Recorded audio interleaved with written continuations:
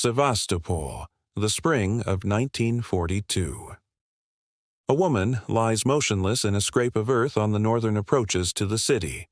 her cheek pressed against the stock of a Mosin-Nagant rifle, her eyes fixed on a gap in the German line 400 meters away.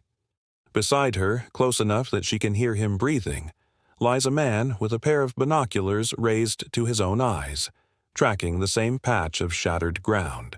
They have not spoken in over an hour. They do not need to. Between them, they have killed more enemy soldiers than most infantry platoons manage in a year of fighting, and in a matter of weeks, this spotter and this sniper will become husband and wife, married in the ruins of a city under siege, hunting together by day and sharing a dugout by night. Her name is Lyudmila Pavlichenko. His surname is Kitsenko. Sources differ on whether his given name was Leonid or Alexei, a small but telling reminder of how much of this story survives only in fragments, translated and retranslated across 80 years of Soviet and later Russian and Ukrainian memory. What is not in dispute is the arithmetic. By the time the guns fell silent over Sevastopol, Pavlichenko alone would be credited with 309 confirmed kills, making her the most successful female sniper in recorded history. And for a few short months in 1942, she did that killing alongside the man she loved, in a partnership that the Red Army had built into doctrine and that this particular couple pushed to its most extreme conclusion. This is the story of what happened when the Soviet Union's sniper program, forged in desperation, produced not just a weapon but a marriage, and of what it cost. To understand why a university history student ended up lying in the mud outside Sevastopol with a rifle instead of a lecture hall, it helps to understand the scale of the catastrophe unfolding across the Soviet Union in the second half of 1941.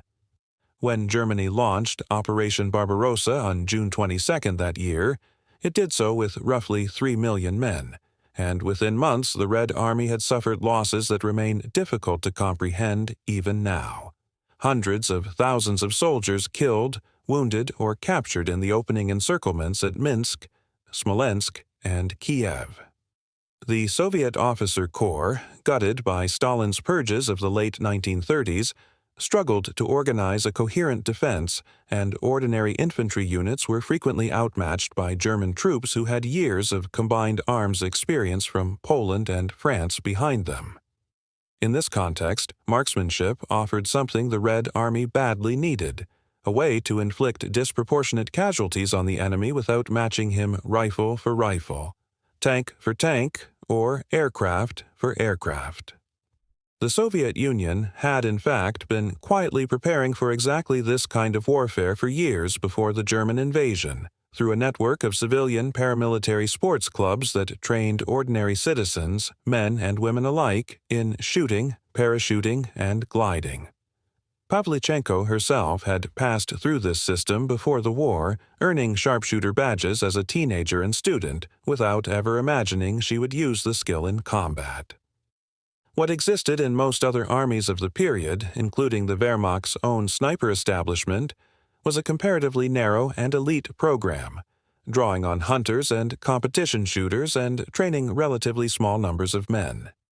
The Soviet Union, facing manpower losses on a scale no other combatant nation approached,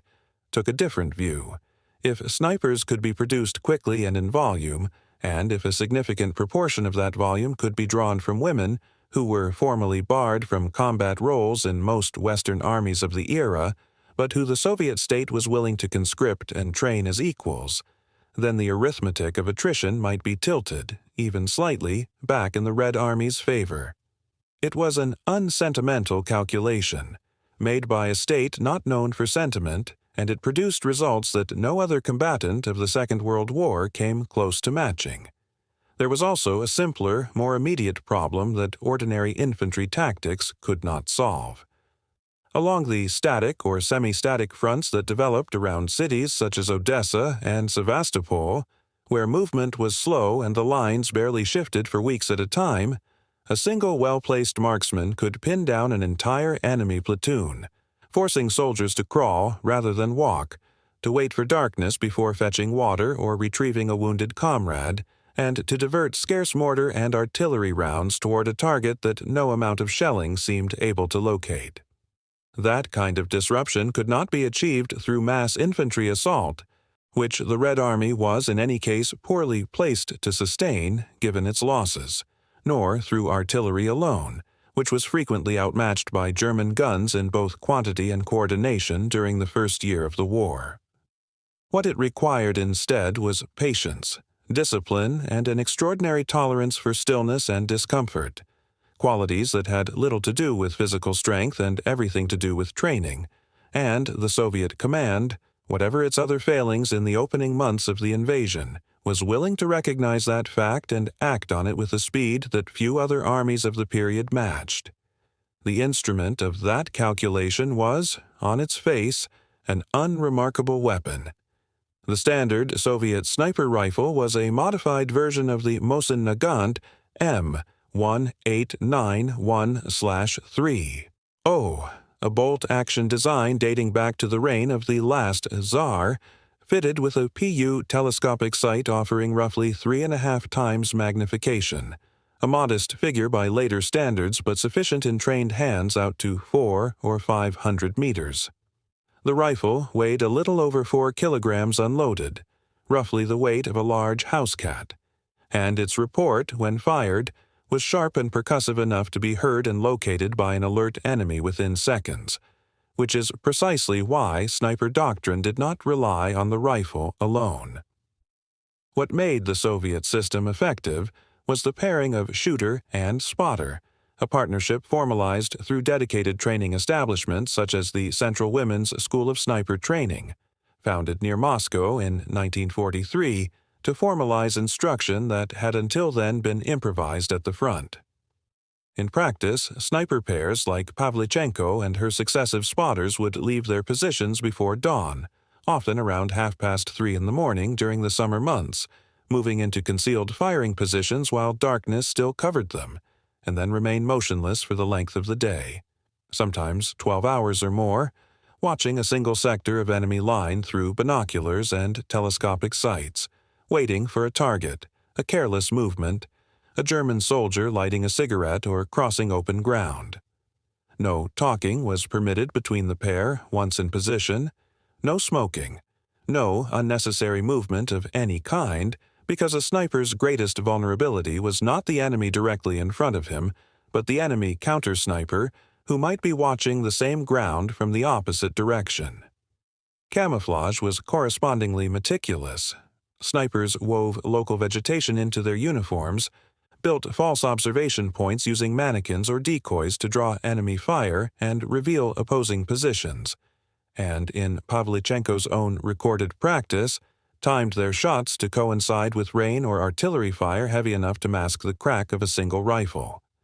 The manufacturing side of this system was equally utilitarian. Mosin-Nagant rifles and their Pu sights were produced at established Soviet arsenals, including the Izhevsk works in the Urals, in numbers that remain imprecisely documented in open sources, but that were sufficient to arm what became, by most estimates, around 2,000 women trained as snipers over the course of the war, of whom only around 500 are believed to have survived to see it end. Training itself was compressed and brutal by later standards. Recruits at Podolsk and at the later Central School near Moscow typically received a matter of months rather than years to master fieldcraft, range estimation, camouflage discipline, and the mental endurance required to remain motionless under fire before being sent to frontline divisions to complete their education under live combat conditions, often paired initially with an experienced sniper who taught them, quite literally, how to stay alive long enough to become dangerous. Exact production figures for the Pu-scoped Mosin-Nagant remain difficult to pin down in open sources, a consequence both of wartime secrecy and of the general chaos afflicting Soviet industrial record-keeping as factories were evacuated eastward ahead of the German advance, but surviving examples and post-war analysis suggest output climbed into the hundreds of thousands across the war as a whole, a volume that allowed the Soviet Union to arm its expanding sniper corps without diverting significant resources from standard infantry rifle production. Pavlichenko's own path into this system began not at a training school, but at a Kiev recruiting office in the summer of 1941, where a 24-year-old history student, already evacuated once from a university campus damaged by German bombing, demanded to be made a sniper rather than accept the nursing post that recruiters initially offered her. Her civilian marksmanship credentials made the request difficult to refuse, and she was posted to the Red Army's 25th Rifle Division, seeing her first sustained combat during the of Odessa later that year, where her confirmed tally reportedly reached 187 kills before the city fell and Soviet forces withdrew to Sevastopol in Crimea. It was at Sevastopol, under siege from German and Romanian forces from the autumn of 1941 through the summer of 1942, that Pavlichenko's partnership with Kitsenko developed. Sniper pairs of the period rotated regularly, but by most accounts the two had worked together for some time before their relationship became a romance, and the Soviet command, unusually, permitted the couple to formalize their marriage while both remained on active frontline duty, sharing not only a dugout but their working days, moving out together before first light to occupy firing positions and returning together after dark. It is one of the few documented cases in the entire Soviet Sniper Corps, itself an unusual institution by the standards of any other combatant army, of a married couple hunting as an operational pair rather than simply serving in the same unit, and Pavlichenko later described the arrangement in terms that read as strikingly understated for what it actually involved, as having sharpened rather than dulled her concentration in the field. That partnership did not last. In the early months of 1942, while the two were sharing a forward position, German mortar fire struck their sector and Kitsenko was mortally wounded, dying of his injuries within days despite Pavlichenko's efforts to get him to medical care. Surviving accounts diverge on the precise date and circumstances, a gap in the record that is worth being honest about rather than papering over with invented detail, but the consequence for Pavlichenko is not in dispute. She returned to combat afterwards with what colleagues and later biographers described as a harder, more relentless edge, taking on an increasing number of the most dangerous assignments available to a Red Army sniper, the deliberate counter-sniper duel, in which she and an opposing German marksman would each attempt to locate and kill the other, sometimes over engagements lasting hours or, on at least one occasion she later described, several days. She is credited with winning 36 such duels over the course of the war, effectively removing 36 trained enemy snipers, men specifically tasked in some cases with hunting her, from the German order of battle. By June 1942, wounded for a fourth time by mortar shrapnel during the final German assault on Sevastopol, Pavlichenko was evacuated by submarine to the Soviet mainland, her frontline service over at the age of 25, her confirmed total standing at 309, a figure the German command knew well enough to broadcast over loudspeakers into Soviet lines, offering chocolate and rank in exchange for her defection, and, when that failed, threatening to tear her into exactly as many pieces as she had recorded kills. If you are finding this one interesting, a subscribe genuinely helps the channel keep telling stories like it. No other combatant army of the Second World War produced anything resembling the scale of the Soviet women's sniper program, and the comparison is instructive as much for what it reveals about the Wehrmacht as about the Red Army. German sniper training in the early war years was comparatively small and ad hoc, run largely at divisional level using whatever scoped rifles and experienced marksmen a unit happened to have, and it was only from 1942 onward, partly in direct response to the mounting toll inflicted by Soviet snipers, that Germany established more centralized training, including a dedicated sniper school at Wunstorf, near Zossen, south of Berlin. German doctrine, like that of Britain and the United States, treated sniping as an overwhelmingly male preserve. The Wehrmacht fielded no female snipers in any recognized capacity, and while individual German marksmen, most famously in later Eastern Front propaganda, achieved high personal kill counts, the institutional scale never approached the Soviet figure of roughly 2,000 trained women alone, without even counting the male sniper establishment running in parallel.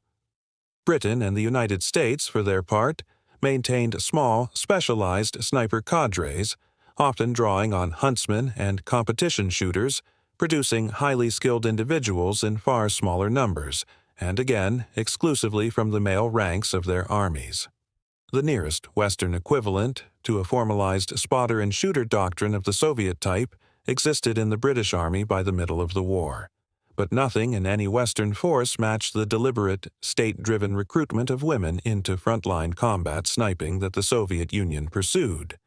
a policy shaped less by any particular progressive intent than by the sheer scale of manpower losses the Soviet state was absorbing and its evident willingness to draw on every possible source of trained personnel to offset them. The impact of this program, and of Pavlichenko's own record within it, is easier to establish in psychological terms than in precisely quantified material ones, and it is worth being honest about that distinction rather than inflating it.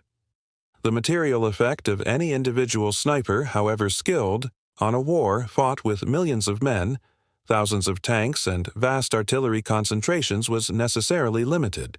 309 kills, extraordinary as the figure is, amounted to a rounding error against German losses on the Eastern Front that ultimately ran into the millions. The psychological effect was another matter entirely. German soldiers facing an active sniper sector altered their behavior immediately and comprehensively, avoiding open ground, restricting movement to the hours of darkness, and in documented cases devoting significant effort, including the deployment of specialist counter-snipers, to eliminating a single individual, a resource allocation that would have been unthinkable against an ordinary rifleman. Pavlichenko's later diplomatic tour of the United States and Britain in the second half of 1942, during which she became the first Soviet citizen received at the White House and struck up a lasting friendship with Eleanor Roosevelt, extended that psychological impact into the political sphere, becoming a genuinely effective piece of Allied unity messaging at a moment when Stalin was pressing hard for a second front in Western Europe. She was awarded the title Hero of the Soviet Union, the country's highest honor, and remained the only one of the war's female snipers to receive it while still alive. After the war, she completed her interrupted history degree and worked as a historian and later as an instructor and advocate for veterans, and her wartime diaries and post-war memoirs, published in English translation only in the 21st century, remain one of the fuller first-person accounts to survive from the Soviet Sniper Corps. She died in Moscow in October 1974 at the age of 58. Her wartime rifle and personal effects are held today in Russian military museum collections, and her likeness has appeared on postage stamps and, more recently, on a Ukrainian commemorative coin, a small illustration of how a figure shaped so completely by Soviet wartime propaganda has since been claimed in different ways by both Russian and Ukrainian public memory. The broader legacy of the program that produced her is harder to trace in institutional terms. No major Western army adopted anything resembling the Soviet model of mass female sniper recruitment in the decades that followed, and the integration of women into frontline combat roles across NATO militaries would not begin in earnest until the final years of the 20th century, more than 50 years after Pavlichenko first lay down in a scrape of Ukrainian earth with a borrowed rifle. What survived more directly was the doctrine itself, the spotter and shooter pairing, the emphasis on patience over aggression, the understanding that a sniper's greatest asset was invisibility rather than firepower, principles that would go on to shape sniper training in armies around the world for the rest of the century, largely without any acknowledgement of where the doctrine had first been proven, at such scale, and by whom. Return, for a moment, to that position outside Sevastopol in the spring of 1942, the man and woman lying motionless in the same patch of shattered ground, married and hunting together, saying nothing for hours at a time, because saying nothing was what kept them both alive. It did not keep them both alive for long. Kitsenko died within weeks, and Pavlichenko carried on alone, adding to a tally that would eventually make her the deadliest female sniper in recorded history and one of the deadliest snipers of either sex that any army in any war has produced. The Soviet Union built its sniper program out of catastrophe, out of the arithmetic of a state that had lost too many men too quickly and needed a way to make the fighting cost more than it could otherwise afford, and it found, almost incidentally, that women trained through the same civilian sports clubs as their male counterparts could do the work as well as anyone. What is easy to lose in the sheer scale of the number, 309, is the fact that for a brief period in the middle of that war, two of the people doing that work were husband and wife, moving out before dawn together and, for a while, coming back together too. Sevastopol fell to the Germans in July 1942, and by then Pavlichenko was already gone from the front, evacuated, decorated, and on her way to a White House reception and a friendship with the First Lady of the United States that would outlast the war itself. Kitsenko never left Sevastopol. His story survives mostly as a footnote to hers, his very first name uncertain across the sources that mention him at all, which is itself a small, quiet reminder of how much of the Eastern Front's history was recorded unevenly, and how much of it depended on which side of a marriage, which side of a rifle, happened to survive to tell it. Lyudmila Pavlichenko did survive, and she told her side clearly, unsentimentally, and to the end of a long life. The man who taught her to hunt as a pair rather than alone did not get the chance to tell his.